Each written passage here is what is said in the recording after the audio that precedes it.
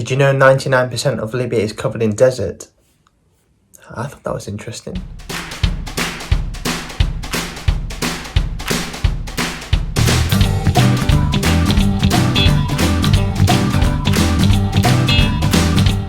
Hey guys, this is Shebs from Shebs the Wanderer, helping you to wander, discover, explore. This is another edition of 15 Minutes where I get the chance to talk to someone about their travels. My guest today is Rutuja Kulkarni. She is a female traveller from India.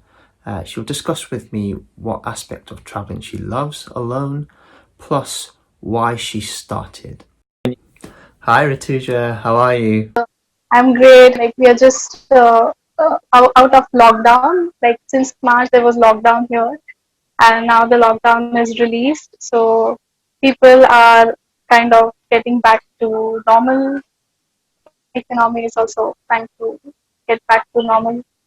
Yes, I'm back to work. Like I basically I'm a freelancer, so I can work from anywhere. So my work is always going in the lockdown as well. So today is a great way for people to get to know you. So just explain how it all started with you with the world of traveling. I started traveling when I was a kid. Like my mom, my dad, they are fond of traveling. So we used to go on vacations.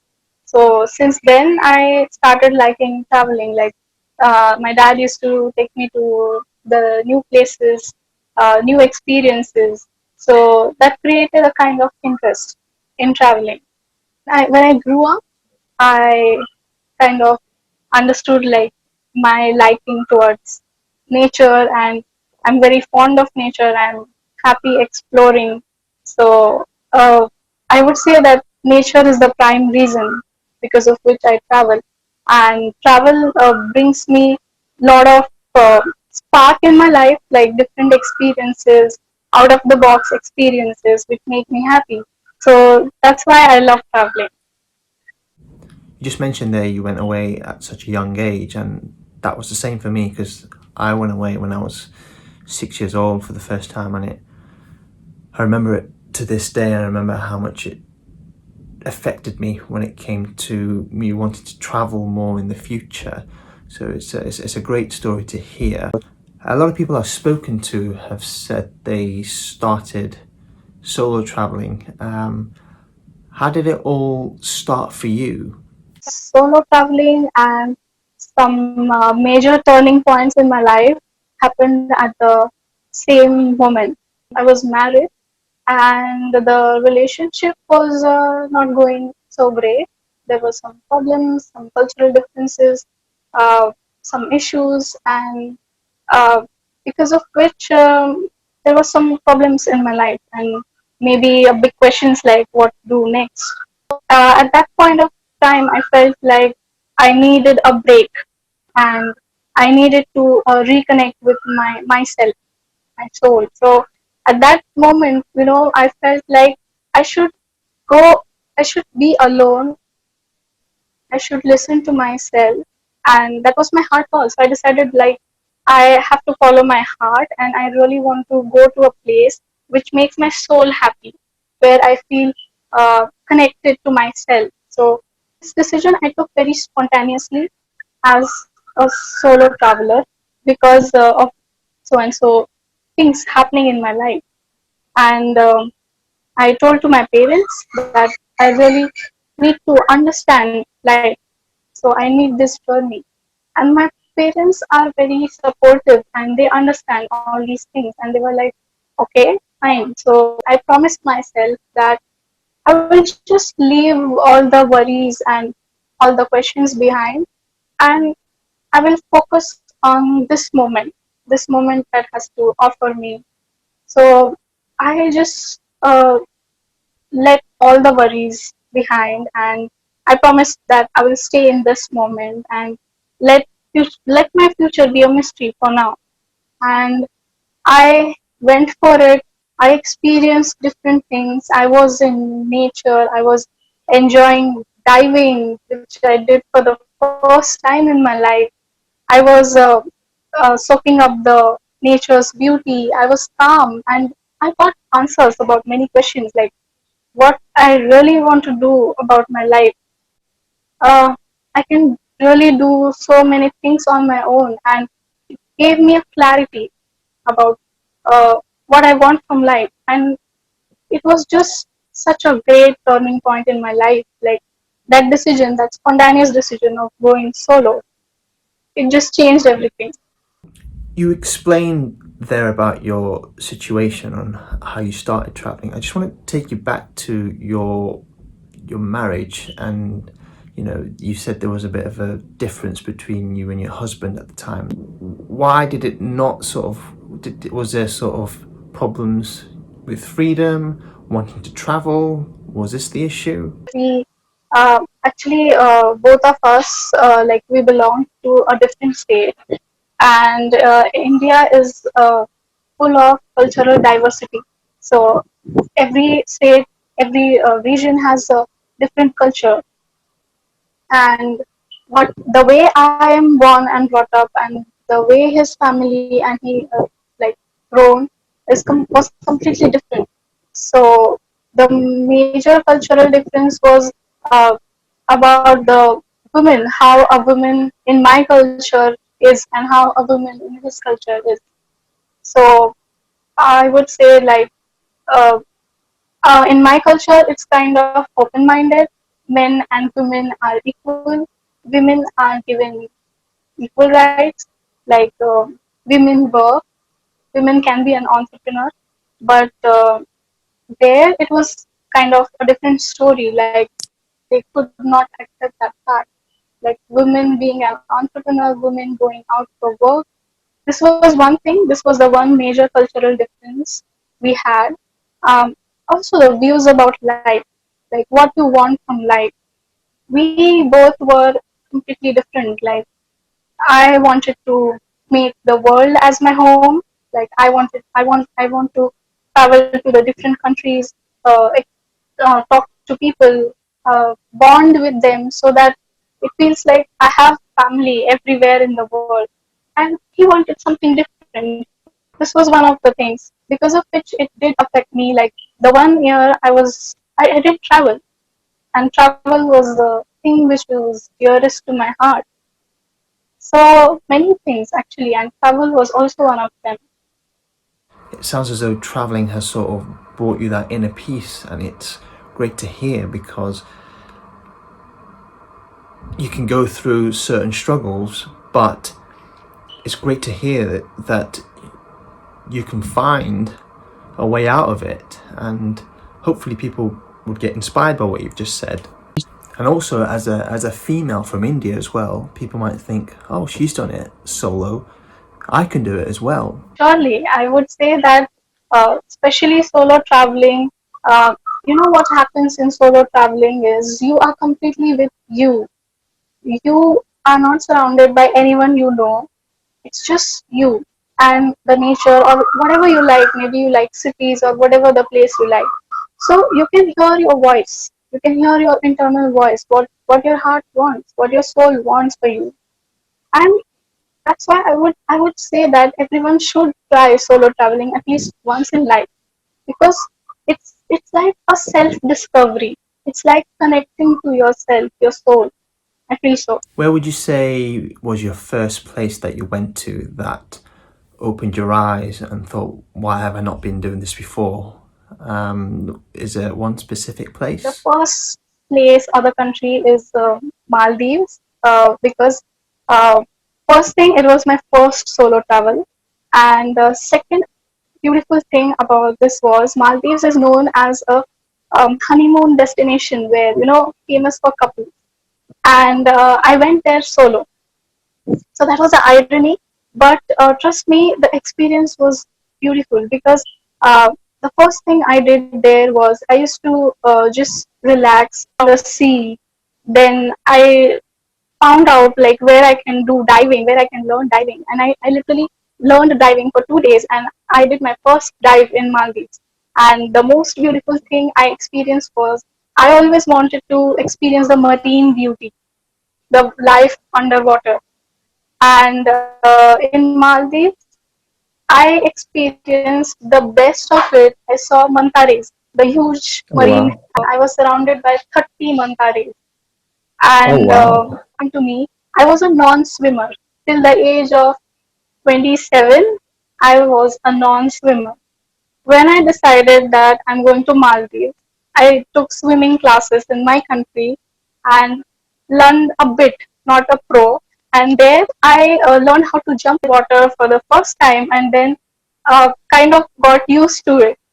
Jumping in the water, beauty, those crystal clear water, that beautiful marine life, those crystals, and it was just amazing. I would say a beautiful out of the box experience. My most favorite destination was Switzerland and Austria because Switzerland is blessed with such a natural beauty. Uh, I mean, I used to I used to read about Switzerland, think about Switzerland since long, and I finally got this opportunity to visit.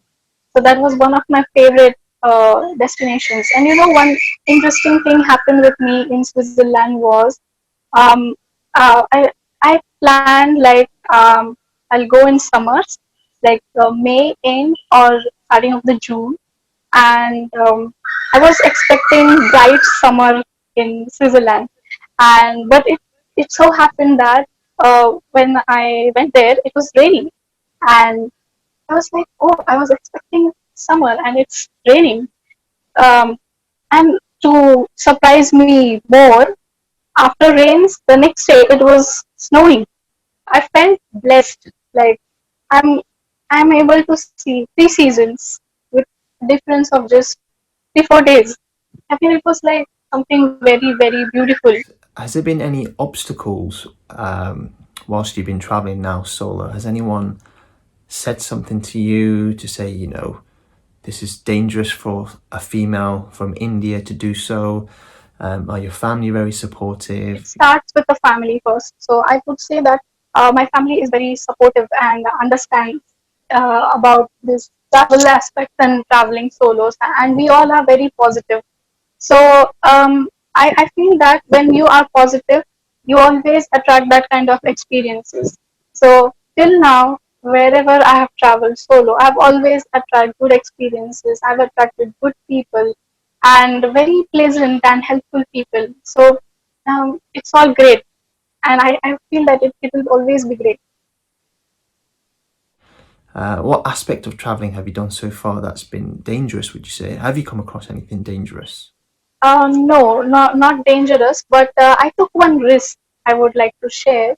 I was in Vietnam, and first I was in Hoi An, and I was flying to Hanoi, and I had just 1 day in Hanoi, and I always wanted to go to the trek. The place is called Nibi, and it's very very beautiful. It was so beautiful. Like I just saw the pictures, and I so wanted to go to that trek.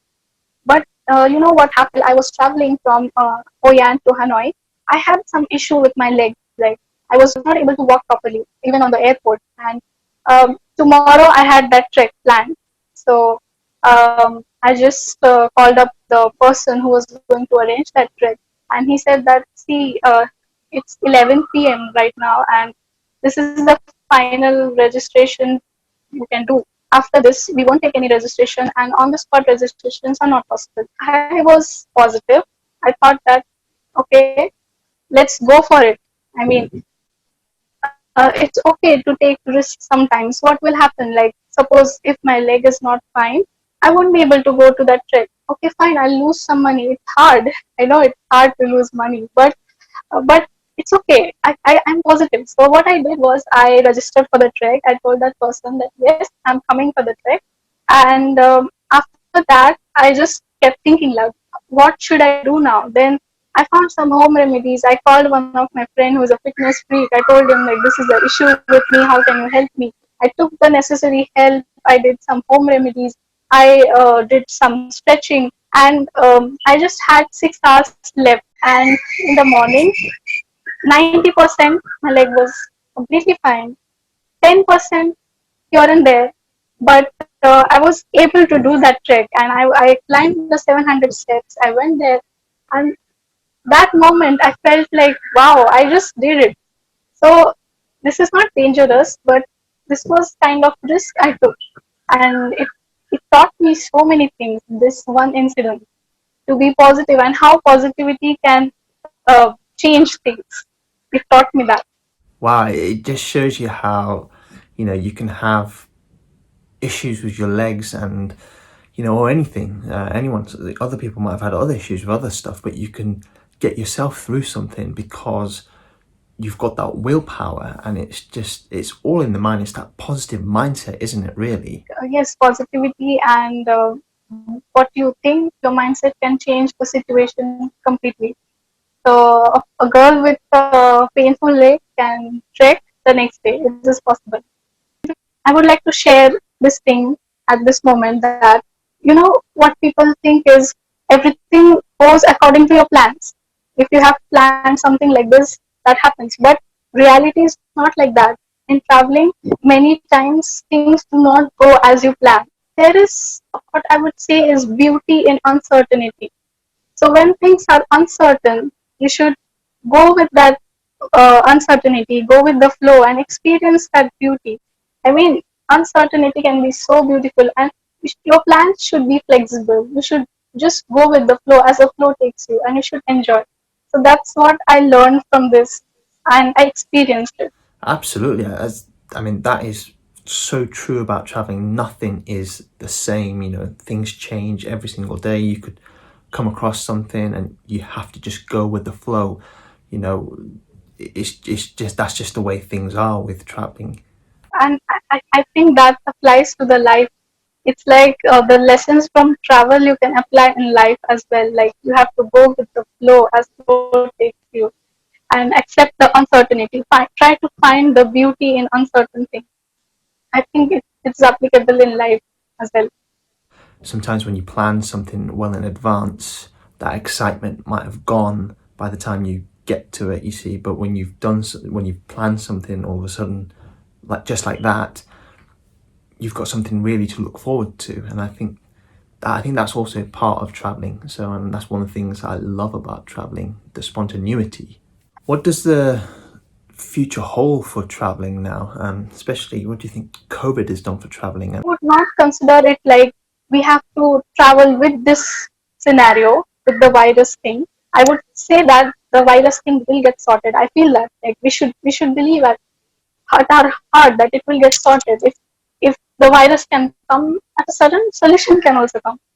So I'm really very positive that things will get back to normal as it was.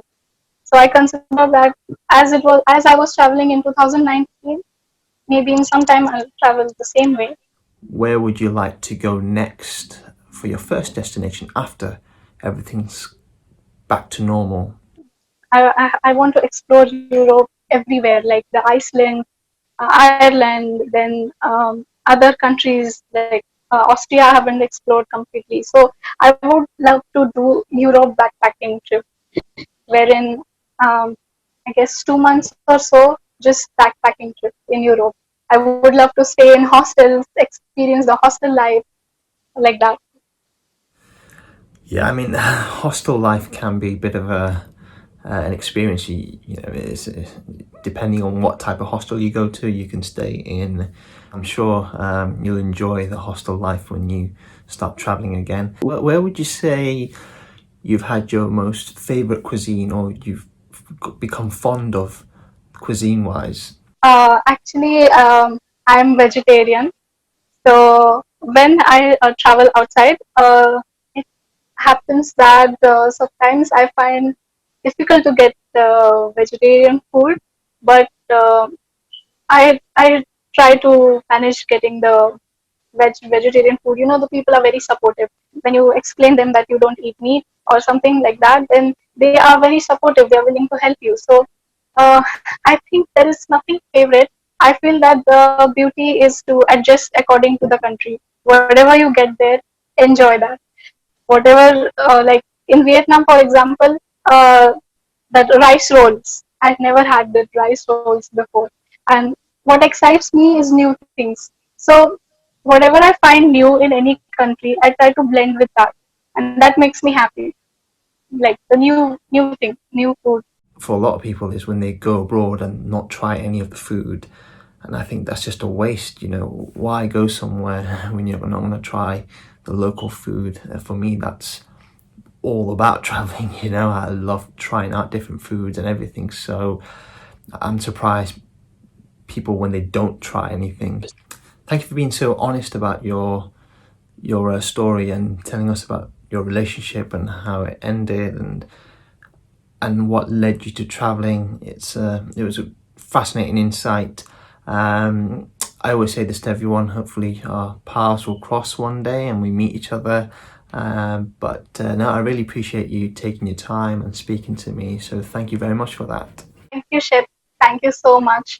This experience is the first time for me, and I'm so grateful for this to you, and I'm so happy sharing my travel stories. And what I would say, if my story inspires at least few people, I would be so happy, because if this brings some good change, good idea to someone, I'm happy about it, and I'm so happy about this overall experience. And yes, we'll meet soon. This world is very short, so we'll cross our paths. Thank you so much for your time. Thank you. Incredible story told by Rutuja. I hope it inspired some of you. That's it for another edition of 15 Minutes. I hope you all enjoyed the show today. Until next time, bye for now.